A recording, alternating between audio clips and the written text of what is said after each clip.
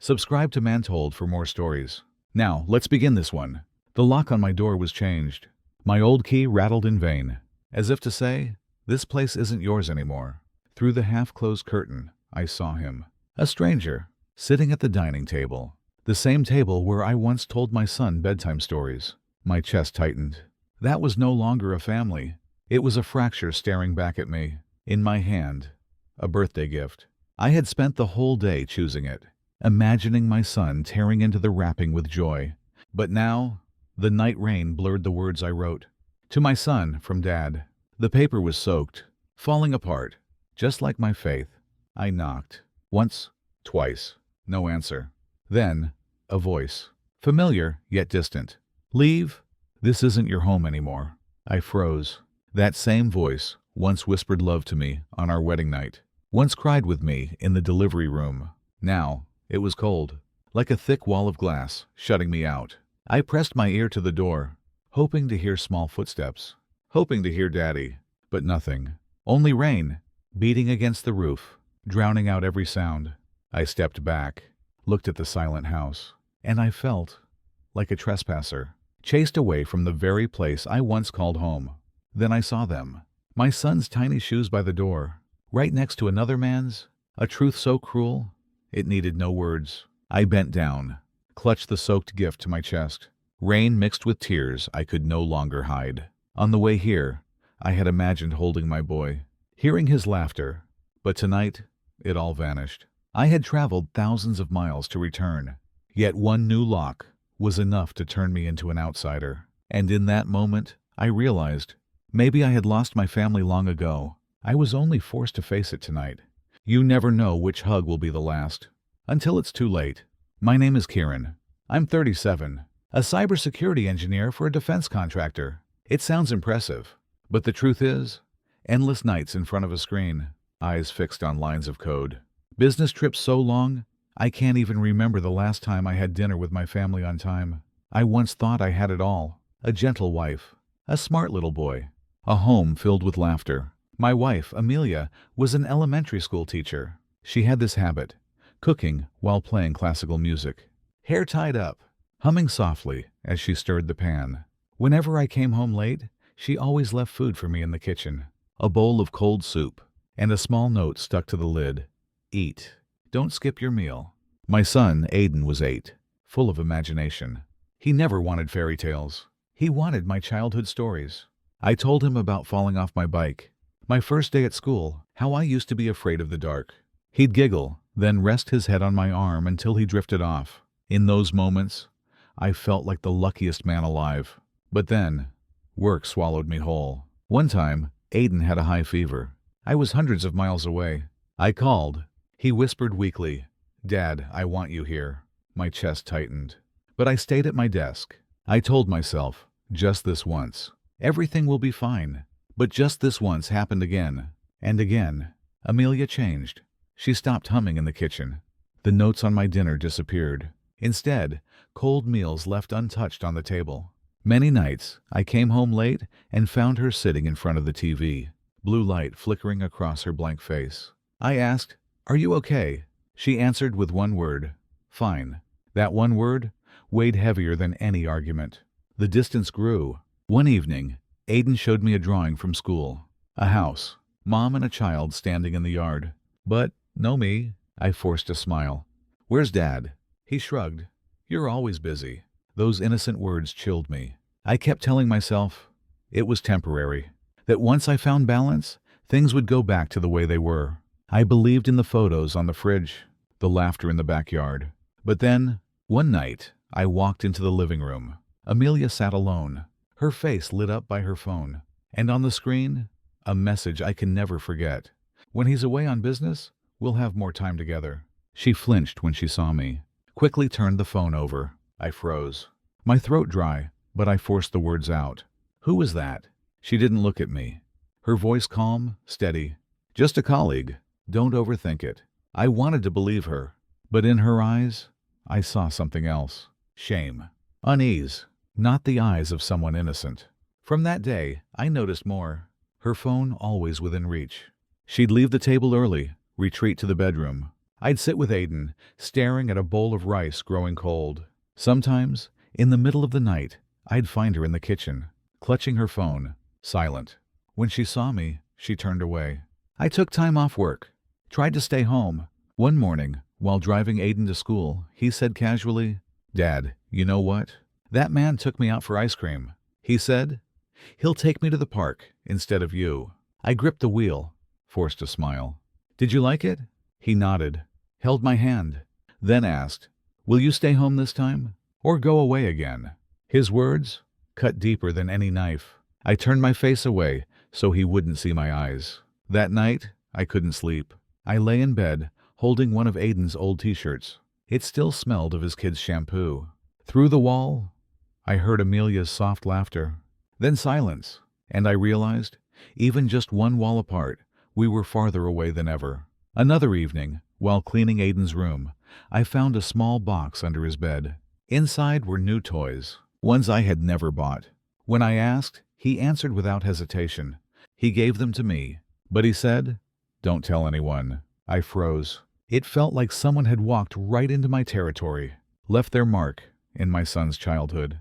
I confronted Amelia. She stayed silent, then said quietly, "Aiden needs a man around. When you're never here." I stared at her, saw her eyes welling up, but she turned away, her words like a blade. In her eyes, I was no longer the man of this family. The days after, I barely recognized myself. Dark circles, hollow face, even my own reflection felt like a stranger. Still, I tried to hold on, to believe something could be saved. But one night, while packing up my laptop, Aiden ran into the living room.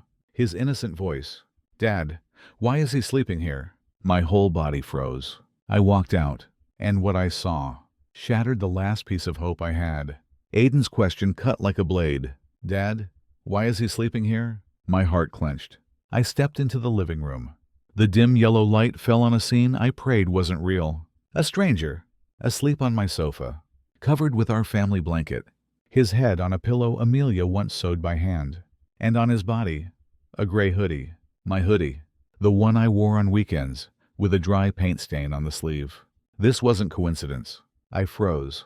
The air was heavy. Even the ticking clock pierced my ears. Then Amelia appeared in the hallway. Thin sweater, hair tied up in a rush. Her eyes widened at the sight of me. She whispered, "Kieran, don't wake Aiden." My voice was low, but each word carried fire. "Who is he?" She paused. 1 second. 2. Then exhaled, "Ethan, a friend. Just staying a few nights." I let out a dry laugh. "Staying over. In my house, in my clothes, right in front of my son." Her eyes flickered, then dropped. I looked around. Aiden's ceramic mug now sat beside a stranger's blue one. A pair of men's shoes next to my son's tiny sneakers. Small details, each stabbing deeper. I turned back. "When did you change the locks?" Her voice dropped. "Last week?" The silence was suffocating. It was all planned. "And how long were you going to hide it?" Amelia bit her lip. "I'm tired, Kieran. When I needed you, you weren't here." "Ethan, at least he listens." I swallowed hard. If I said more, I'd scream. So instead, I walked into Aiden's room. He was curled up in bed, face peaceful. I sat on the edge, brushed his hair. His eyes opened, half asleep. "Dad, is he staying here forever?" It felt like a punch to the chest. I forced a smile. "No, son, I'm still here." He nodded, drifted back to sleep, his little hand still holding my finger. I sat there, memorizing each breath, each bit of warmth, as if tomorrow I might lose it forever.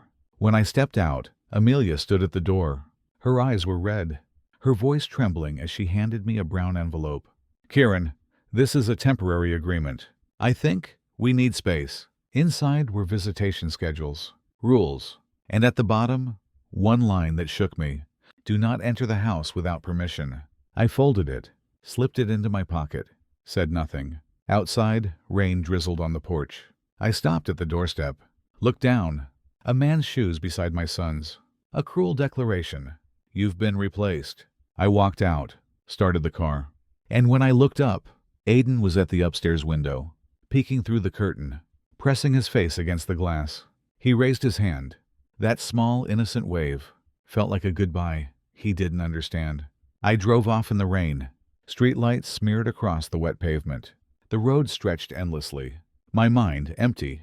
That house, the place I once thought I'd grow old with Amelia and Aiden. Now, it was another world. A world shut forever. I pulled into a parking lot near the park. Sat there for hours, my hands gripping the envelope. I opened it again. The words hit like nails to the heart. No overnight stays. No entering the house unannounced.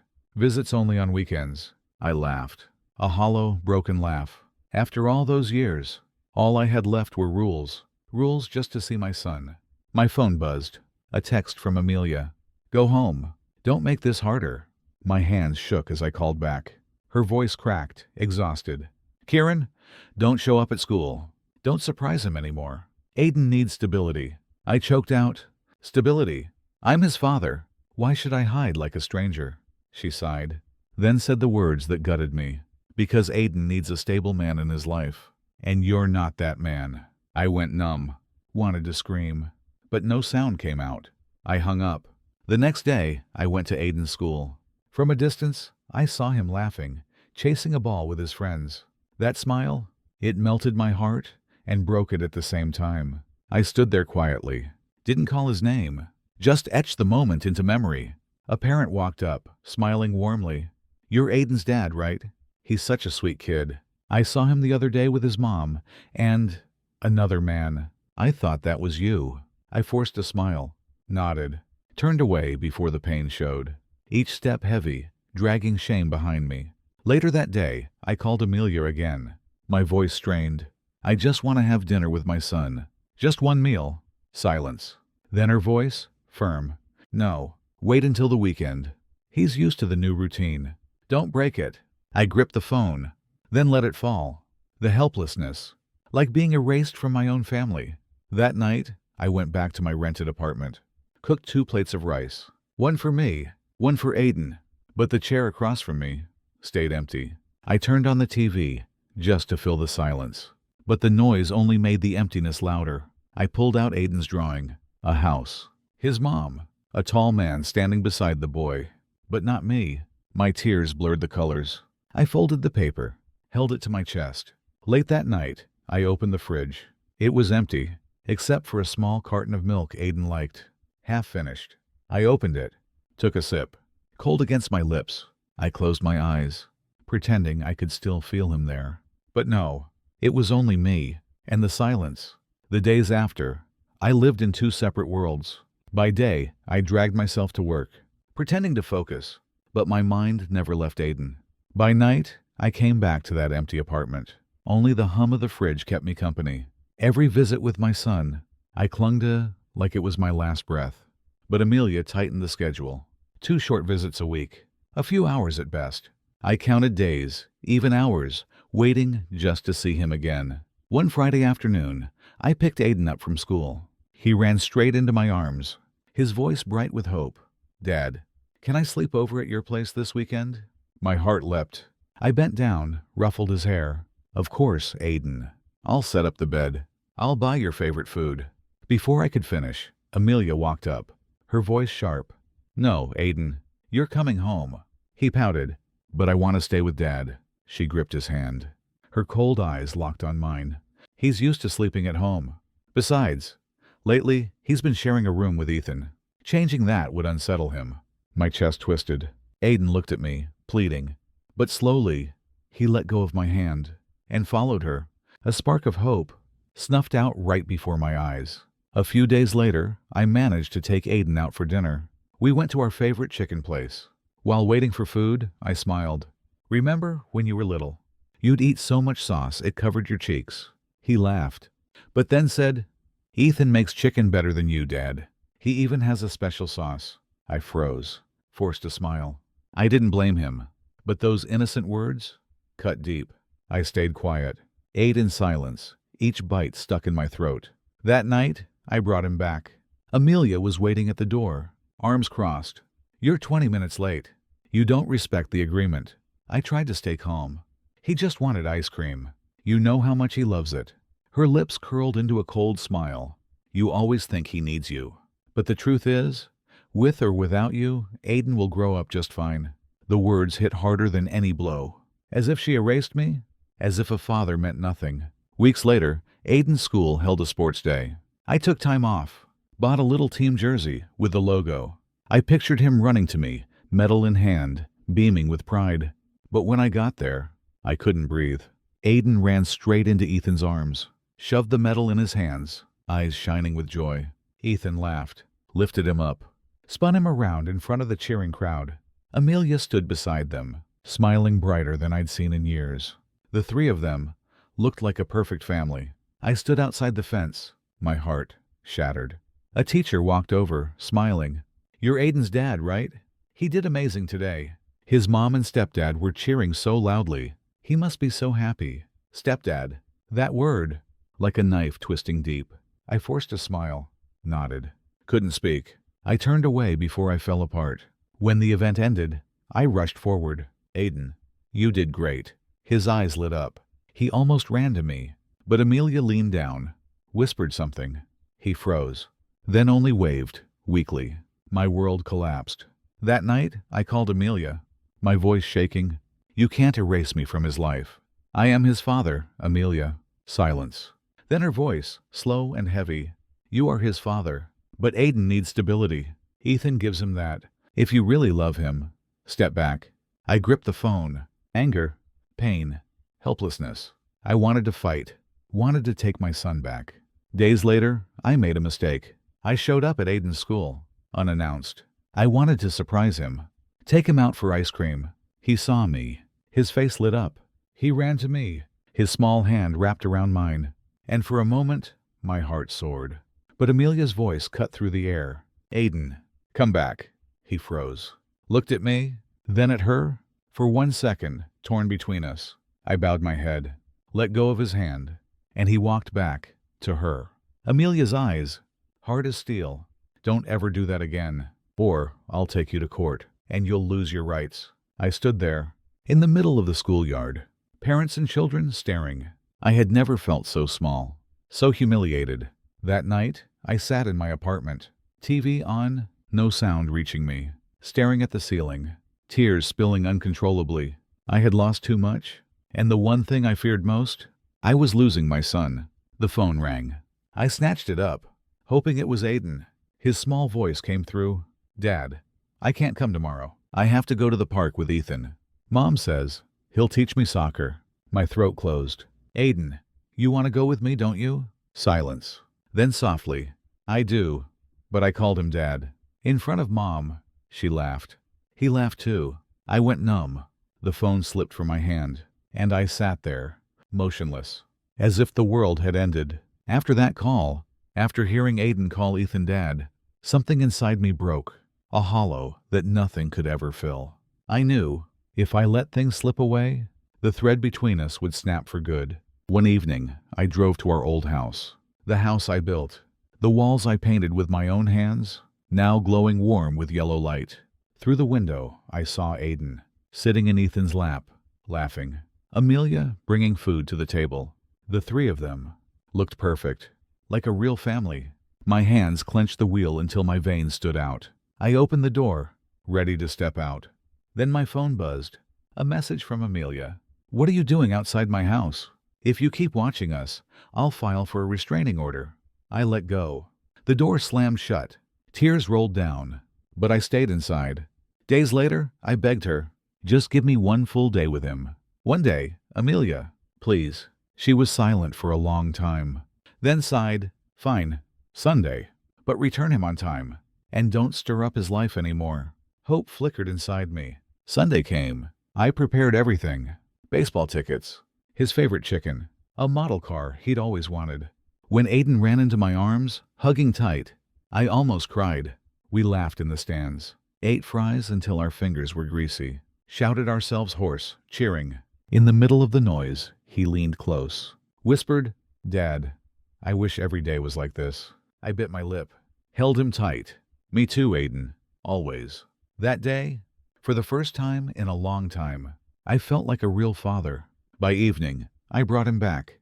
Amelia and Ethan were waiting at the door, cold eyes. Aiden looked up at me. "Dad, can I stay tonight? Just one night?" My heart swelled. I turned to Amelia, pleading, "You hear him. Just one night. She shook her head. No, he's coming home. Enough. My voice broke. Amelia, he's our son. You can't erase me like this. Her grip tightened on his hand. Her words cut sharp. Do you know how many nights he cried for you? I had to hold him. Tell him, Dad isn't here anymore. One. I wiped every tear, while you vanished in anger and silence. So don't stand here claiming you care more than I do. The world collapsed. I stood frozen. Aiden lowered his head, tears in his eyes. In panic, I grabbed his hand. Pulled hard. Come with me, Aiden. Dad will take you right now. He gasped, terrified. Struggled. Dad. Don't. I'm scared. I don't want you and Mom to fight anymore. His sobs made me let go instantly, as if my heart was torn in two. Amelia pulled him close. Ethan stepped in front of the door. I shouted, voice breaking. I'm his father. Who the hell are you to stand there? Ethan's eyes locked on mine. His voice low, firm. I'm not here to replace you. But look at your son. He needs peace. He needs laughter. Not a father who only cries and rages. I staggered. Looked at Aiden, his small body trembling, tears filling his eyes. He whispered, I love you, Dad. But I'm scared when you yell. I don't want you to make Mom cry anymore. Those words crushed me. I sank to my knees, voice breaking apart. Aiden, I'm sorry. I never want you to be afraid of me. No matter what happens, remember this. I am your father, and nothing can change that. He threw his arms around me, sobbing. I smiled through tears, wiped his cheeks, then slowly let go. Amelia pulled him inside, the door closing between us. But just before it shut, Aiden turned, whispered softly, Only for me. I love you, Dad. I stood in the dark, tears streaming. This time, I didn't scream. I didn't fight. I knew. I had lost a part of my life forever. But in that moment, I understood. If I kept fighting, the one who would suffer most was Aiden, and I could never let that happen. After that night, my apartment was terrifyingly silent. I woke to echoes in my head, Aiden's sobs, the slam of a door, the sound of my heart falling into a void. Every time I closed my eyes, I saw it again. My son pulling his hand away, his eyes filled with fear, looking at me like a stranger. I once thought the worst thing was losing my wife, losing my home. But no, the worst was losing my son's trust. I lived like a shadow. Dinners were just instant noodles and warm beer. The apartment looked like a dump. In the mirror, I saw a wreck. Red eyes, messy hair, hollow face. And I thought, if Aiden saw me like this, what would he think? One night, I opened a drawer, found an old drawing from kindergarten. A tiny boy holding hands with a tall man, the sun smiling in the corner. At the top, in messy letters, me and Dad. I broke down, cried harder than I ever had. The day he gave it to me, he wrapped his arms around my neck, whispered, Dad, you're my superhero. And now, he said he was afraid of me. Shame hit rock bottom. I knew, if I didn't change, I'd lose him forever. I went to see James, an old friend, a man I once worked construction with. He looked me up and down, shook his head. Kieran, you can't go on like this. Your son doesn't need a perfect father. He needs one who can stand up again. I bit my lip, whispered, but I scared him. What right do I have to stand before him now? James locked eyes with me, his words firm. You lost Amelia. Don't lose Aiden too. Your biggest mistake isn't divorce. It's letting anger define you as a father. Stand up, before it's too late. His words cut like a knife, but they also felt like a lifeline. That night, for the first time in weeks, I opened the windows, let the stale smell of beer drift out. I picked up cans, wiped the table, changed the sheets. I didn't want this place to be a black hole anymore. If Aiden ever stepped inside, I wanted him to see light. A few days later, I texted Amelia, I want to meet, just to talk. No fights, no tug of war. I promise. Surprisingly, she agreed. We met at a small cafe. She crossed her arms, her eyes cold as stone. I steadied my voice. I know I was wrong. I let anger eat everything. But I'm not here to beg for your love. I'm here to beg for a chance to be a father. Her stare didn't move. I pressed on, trembling. I won't drag him away again. I won't make him cry again. I can't erase the past. But I can change myself. Just don't take from me the right to be his dad. Amelia set her cup down, her voice sharp as glass. Kieran, that sounds easy, but Aiden has cried too much because of you. He once whispered to me, Mom, if I say I miss Dad, will it make you sad? Die. Do you get it? Your son is afraid to love you, because he's afraid it will hurt me. My chest tightened. Tears blurred my eyes. She looked at me for a long time, then finally said, You have one chance. Just one. Fail him again, and I'll cut you out completely. Are you ready for that? I nodded. Voice hoarse? I'm ready. The day I saw Aiden again, my heart pounded like a drum. When he walked into the bright, clean apartment, his eyes widened in surprise. I knelt down, steadying my voice. I scared you. I'm sorry. But I want to start over. Can you trust me? One more time. He was silent, looked at Amelia, as if waiting for her approval. The sight crushed me. I had lost so much space in his heart. Then slowly, he turned back, took one step, another, and then he ran into my arms, his voice trembling. I never stopped loving you, Dad. I was just afraid you'd disappear. I broke down, held him tight. I won't disappear again. I promise you. That evening, I walked him back home. At the door, he turned, placed his small hand against the glass. I pressed my hand against the same spot. Only a thin pane separated us. Then the door closed. His hand vanished, and all I saw was my own reflection. I walked away in tears. But this time, my chest carried more than pain. A flame burned quietly inside me. I would fight, with patience, with change, not to defeat Amelia, not to outshine Ethan, but so that one day, when someone asks Aiden, Who's your father? He can lift his head high and say, The man who never gave up on me. From the night Aiden ran back into my arms, I knew it wasn't a victory. It was only the starting line, the beginning of a long, uneven road ahead. That evening, I stood on the porch, watching the door close. The living room light glowed faintly through the glass. I saw Aiden's shadow dart across the room, and Amelia's figure, standing still for a moment before turning away. Only a few seconds. But I understood. The doubt was still there, and words weren't enough. I would have to prove myself with my life. So I started small. I woke early, exercised, cooked my own breakfast, cleaned the apartment. On the wall, I hung Aiden's old drawing. The house, the smiling sun, a father holding his son's hand. I placed it where it was easy to see, a reminder to myself that if he walked in at any moment, he'd know I was still holding on to him. One day, a message came from Amelia. Saturday, Aiden wants to spend a few hours with you. Don't let him down. Just one line. But I read it over and over. I knew it was both a chance and a warning. That Saturday, rain poured unexpectedly. Aiden sat on the sofa, staring at the drawing on the wall for a long time. Then he turned to me. Dad, are you going to disappear again? A small question, but it pierced straight through my chest. I swallowed hard, held him close, spoke slowly. I disappeared when you needed me most. I'm sorry. But from now on, no matter what, Dad will be here. I won't prove it with words. I'll prove it with my life. Aiden stayed quiet. He only gripped my hand tighter. And in that moment, I knew explanations meant nothing. Only action mattered. That night, after he went home, I sat alone in the apartment. Rain tapped against the window. The streetlight cast my shadow on the wall. And for a moment, I imagined another shadow beside mine. Aiden's small frame. The two of us, like in that old drawing. But then, his shadow faded. Only mine remained.